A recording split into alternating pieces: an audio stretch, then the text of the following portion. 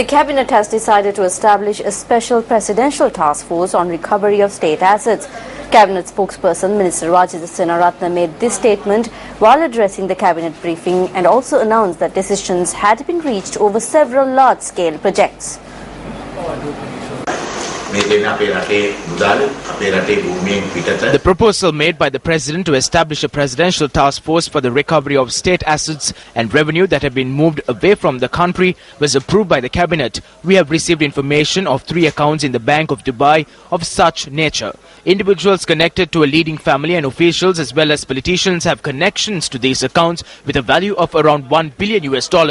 This amount is far greater than the foreign reserves of the country and even more than $10 billion.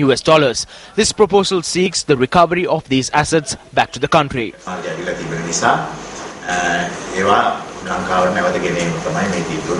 Cabinet has also appointed a committee to re-investigate the construction of the Defence Headquarters complex in Akuregoda, Battaramulla. They had planned to construct this similar to the Pentagon. As a massive cost will have to be borne, the Secretary to the Ministry of Defence will steer a committee that was appointed, and it was decided to recommence this project after obtaining the recommendations of the committee.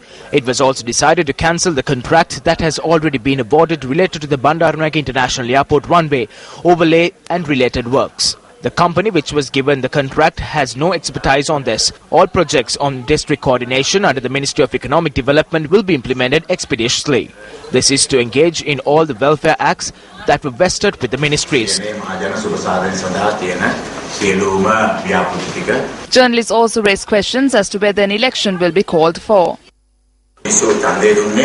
The people cast their vote not for another election but for the promises made to be fulfilled. I do not assume that anyone would make an issue if this takes 150 days in the event it cannot be done in 100 days.